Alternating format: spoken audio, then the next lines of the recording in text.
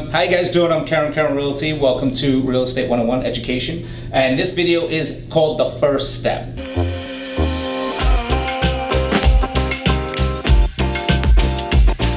And what it is buyers are always asking me, what is the first step for me to buy a house? You know, what is the first thing I should do?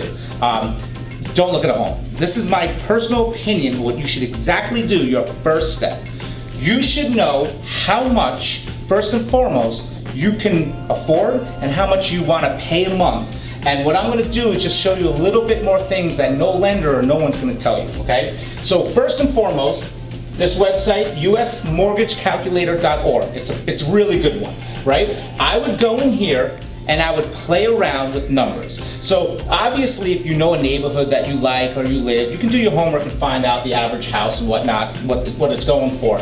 But you should find out what you're happy paying. Some might be renting, so maybe you're paying $1,000 a month in rent and you don't want to pay more than that.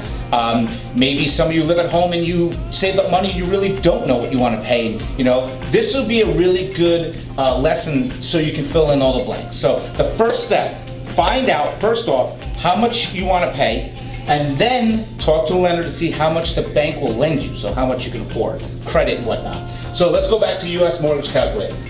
What I like about this is you're going to fill in some things. So let's say put $150,000 and then you can put the down payment. Obviously there's different plans. You're going to talk to a mortgage broker about that. There's FHA, conventional, if you're a military VA, where there's different down payments. So 5% is conventional, 3.5% is usually FHA. So we'll do a conventional. So it tells you the mortgage amount, what the going interest rate is. You can actually look that up every day. There's a different, what the interest rate is. You can do it on the safe side, do like a 4, 4.5. Always do higher, so at least you know that if it's lower, perfect. If you do too low and then surprise, you underestimated, it's not, not a good day. PMI leave blank because I don't know what the bank's gonna do with PMI right off the bat, so I wouldn't play with the PMI. So this period is 30 years. 99.9% of the time you're gonna get a 30-year mortgage. And how you're gonna pay it monthly and the start date. So basically this is what you do. You go in here and you're gonna put a value of your house. 150, 200, how much you're gonna put down. You can put it by percentage or the amount of money. What the mortgage amount's gonna be, the interest rate. Down here, it's gonna be what the property taxes are, what the average taxes are. Well, where we are, $2,500. The homeowner's insurance, anywhere from $1,200, depending if you're in flood zone, could be up to $2,000. And here you'll see what your payment's gonna be, right? Total monthly payment. If you have an HOA or you don't have an HOA.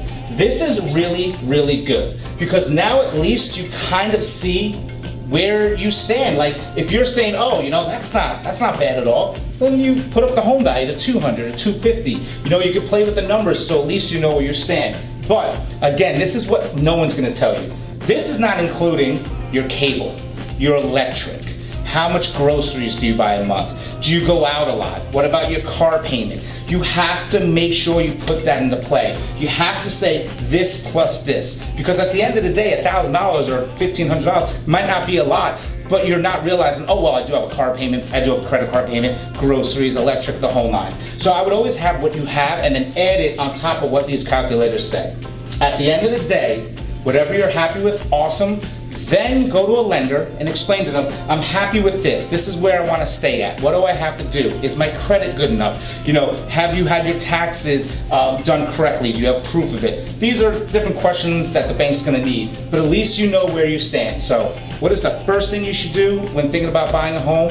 Know where you're comfortable. At what price range? Understand this. Talk to a bank.